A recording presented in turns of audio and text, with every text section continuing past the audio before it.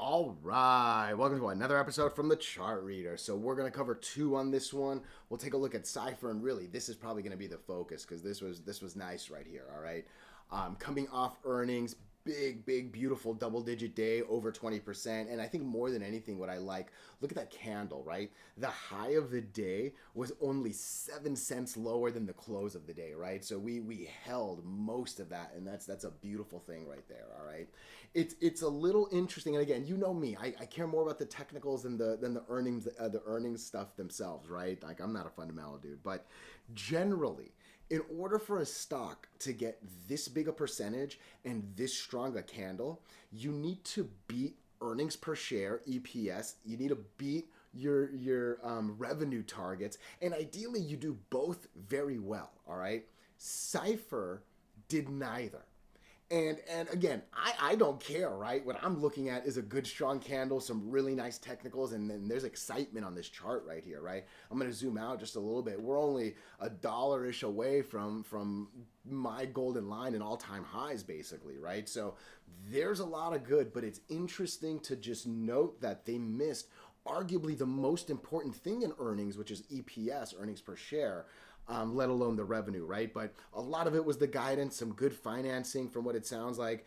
AI construction, data center construction is on track, something like that. I'll look at my notes and confirm that. But yeah, it was a nice day here. I'm seeing after hours drop a bit right now. Look, I'll be honest. I don't know if I care about that too much. Hopefully, nothing crazy does happen right there, right? But the expectation at this point really should be let's get to that golden line and then continue from there. All right. Excuse me. From there, we're going to take a look at IREN. And IREN, I think, has a little interesting thing going on here. So, first, I actually do think there's a little bit of Cipher good earnings love. All right. Again, these two tend to get talked about like A and B, B and A, right? Like it's just they're always running together. And more than anything, this thing actually acquired another company.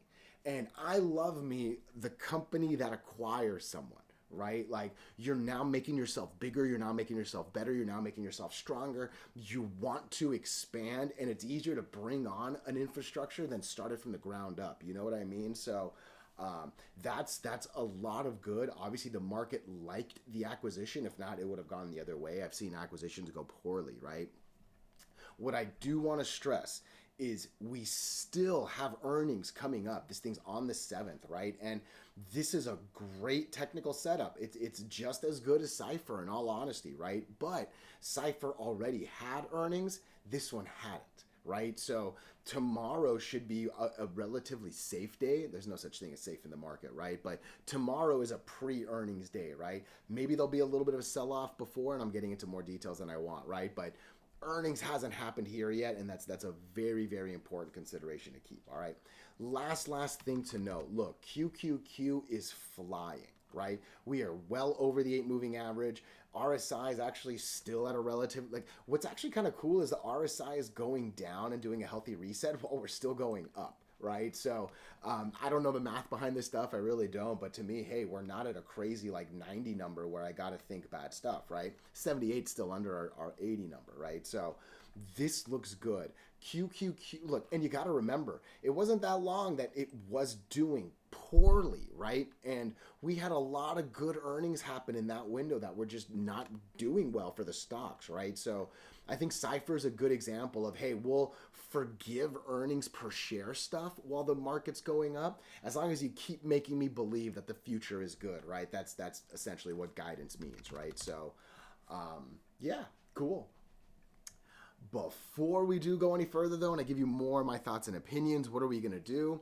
Same thing we always do, right? We'll take a look at the daily and the weekly to see how these things are setting up short term. We have our 5 moving averages. There are horizontal, yeah, there's one more up there. There's horizontal support and resistance lines I do draw manually myself. And then when we are done up here, we'll use the MACD, RSI, and volume as our lower indicators. Hey, really quickly, if you can, please subscribe to this channel. Share this video online. Comment good or bad if you disagree. Look, anything you can do helps so much with these YouTube algorithms. But for real, just being here, giving me your time, oh, I'm so grateful for it, all right? So Look, there's a lot to love on this CIFR chart, all right? We have green over red on the MACD, green over red on the RSI, an incredibly healthy 64, and that's nice volume, right? And I'm probably going to start here because look, number one, I think, yeah, I don't even think this was the highest volume of the entire year, right? Since January, which was right here, right? There's been nothing remotely close to this 60 million share right there, right? We're now starting to get back into that like September, October run level, right?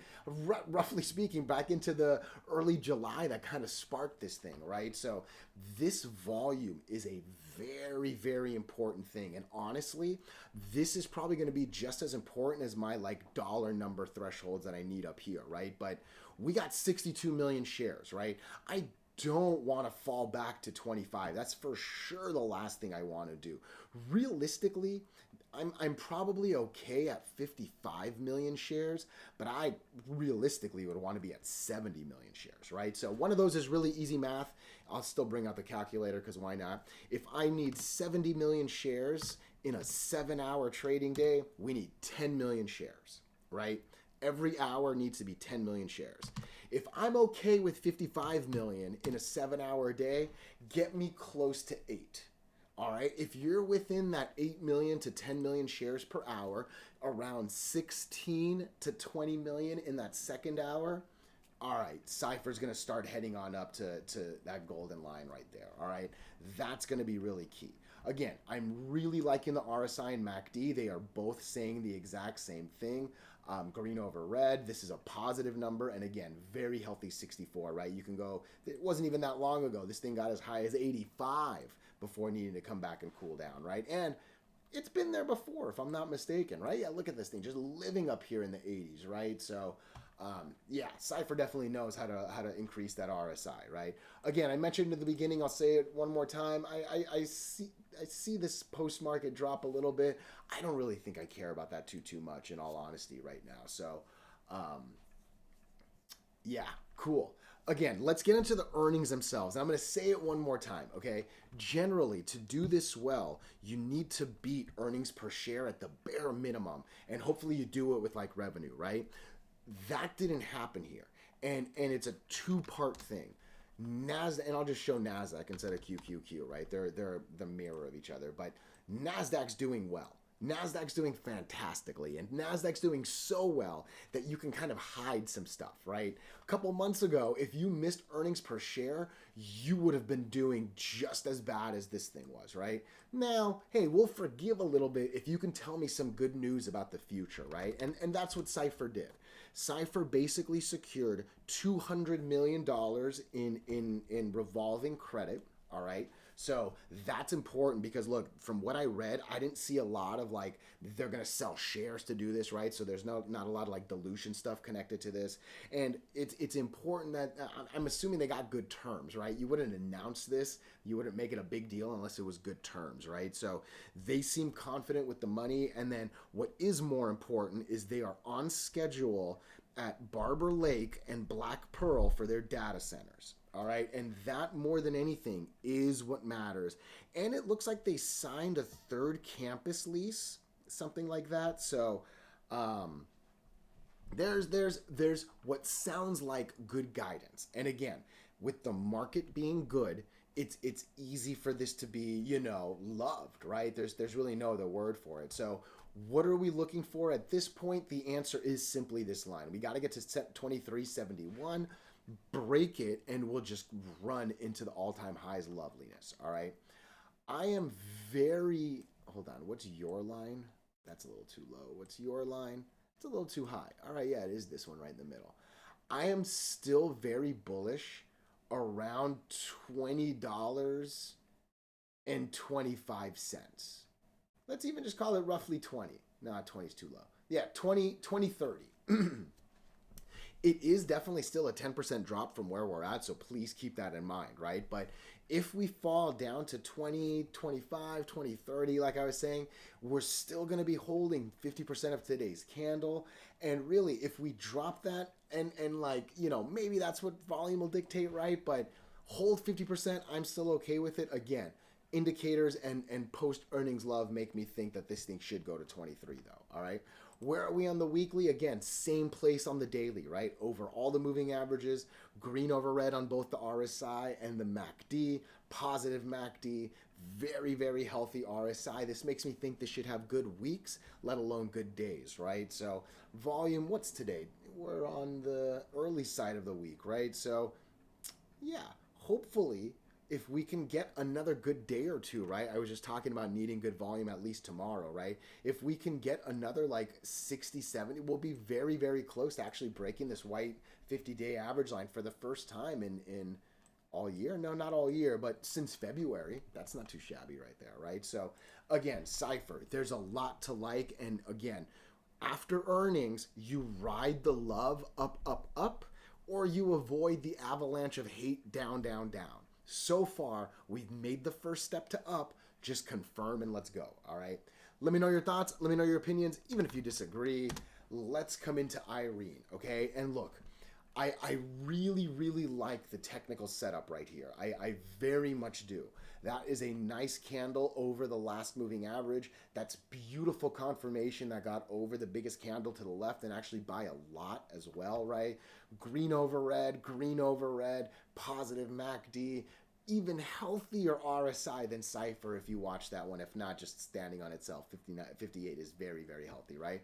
Really nice, but like this is all really good, okay? What I need to stress is earnings are on the 7th. All right, it is in 2 days, and earnings does not care if you're coming in with good technicals or bad technicals. All it cares about is the market reaction. All right, and look, I think CIFR at least showed us a little bit that, hey, maybe we can hide some bad earnings stuff with some really good forward guidance. Right? Now, again, you can't go up and lie. People go to jail if they go up and lie, right? That's not what I'm saying here. But maybe there's going to be a little more tolerance for earnings than there was previously, right? So, IREN, listen, I'm not personally a fan of earnings gambles. It's not who I. When I was younger, I'll gamble more. Right now, I gamble more strategically. You know what I mean? Which in itself isn't really gambling, right? Let's be honest. Gambling is a fun, right? I digress a bit, but. What I will say is this: if we can get over this 55 line, all right, I think there's a really good shot to make a run at 60. If not 60, maybe, yeah, no, let's say 60. I think there's a good shot at that 10% right there. Basically a $5 move being that 10% right there. From there, you have earnings the next day, right? And you could easily see some sell-off at the end of the day because, again, people like me don't like to hold during earnings. It really is a gamble, right? What is controllable on other days becomes this wild roulette wheel toss, right? So be careful for tomorrow if there is a random sell-off towards the end of the day. But yeah, if we can break 55.70, right? 55.65, whatever. There's a lot of reason that there could be another nice 10% day, all right?